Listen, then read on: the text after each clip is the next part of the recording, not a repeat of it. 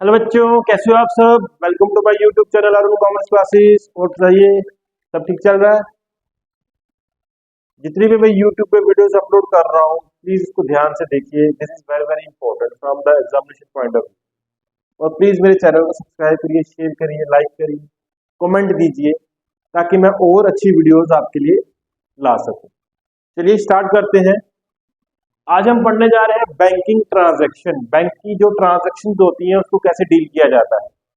और ये ट्रांजैक्शन आपकी कैश बुक में भी काफी हेल्प करेंगी, आपको double column single column cash book बनाने के लिए और कॉन्ट्रा ट्रांजैक्शन के लिए, जिसका इफेक्ट दो साइड पे होता है, डेबिट में भी होता है, क्रेडिट में भी होता है।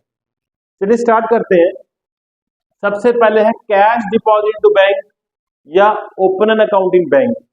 तो सिंपल सी एंट्री आती है, bank account DR to cash account.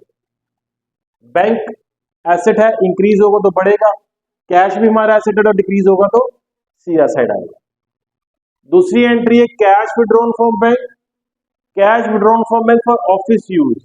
दोनों ही सेम है, तो उसकी एंट्री रिवर्स हो जाएगी, cash account DR to bank account.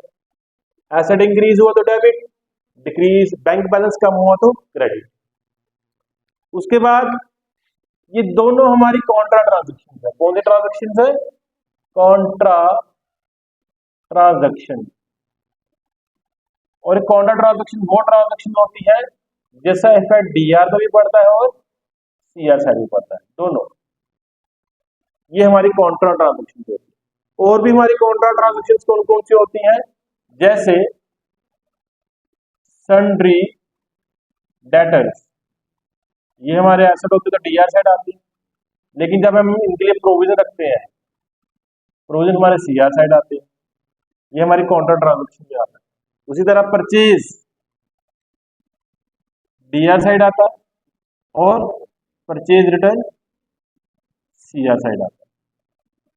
वो ट्रांजैक्शन जिसका इफेक्ट डीआर पे भी पड़ता है और सीआर पे भी पड़ता है। चलिए आगे, नेक्स्ट एंट्री है cheque receive from Anmol and not deposit to bank on the same day. हमने चेक रिसीव किया अनमोल से, बट उसी दिन हमने उसको बैंक में डिपॉजिट नहीं करवाया, तो उसकी एंट्री क्या आएगी? Cheque in hand account DR to किसे बेटा? अनमोल से। चेक अनमोल से लिया था बट बैंक में डिपॉजिट नहीं करवाया, तो वो चेक हमारे पास ही रहा। फिर अगली एंट्री है above cheque deposit to the bank. इसी चेक को हमने बैंक में डिपॉजिट करवा दिया, bank account DR to cheque in hand account. हमने बैंक में डिपॉजिट करवा दिया, बैंक एसेट इंक्रीज हुआ और हमसे चेक चला गया। लास्ट एंट्री है इसी के रिगार्डिंग, डिपॉजिट चेक डिसऑनर्ड। जो चेक हमने बैंक में डिपॉजिट करवा था वो डिसऑनर हो गया, तो उसकी एंट्री क्या आएगी?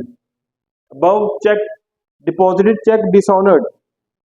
तो इसकी एंट्री क्या आएगी? इसकी एंट्री आएगी जो चेक हमने अनमोल से लिया था उसको हम रिटर्न कर देंगे, Anmol account DR to bank account. ये थी कुछ ट्रांजेक्शन। दोबारा रिपीट करते हैं, cash deposit to bank, bank account DR to cash account. जब भी बैंक बैलेंस बढ़ेगा, एसेट इंक्रीज होगा तो डीआर, कैश कम होगा तो सीआर। एसेट इंक्रीज होगा तो डीआर, कैश कम होगा तो सीआर। इसकी अपोजिट एंट्री, बैंक से पैसा निकलवाया है, एसेट इंक्रीज हो रहा है, cash account DR, bank balance कम हो रहा तो बैंक अकाउंट, ये सीआर साइड आता है। अनमोल से चेक लिया है, cheque in hand account DR to Anmol, but उसको बैंक में डिपॉजिट नहीं करवाया।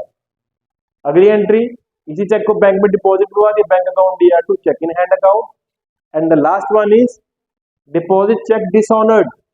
तो जिससे हमने चेक लिया था उसको हम रिवर्स कर देंगे, हमने चेक अनमोल से लिया था उसको वापस कर देंगे। And thank you for watching this video.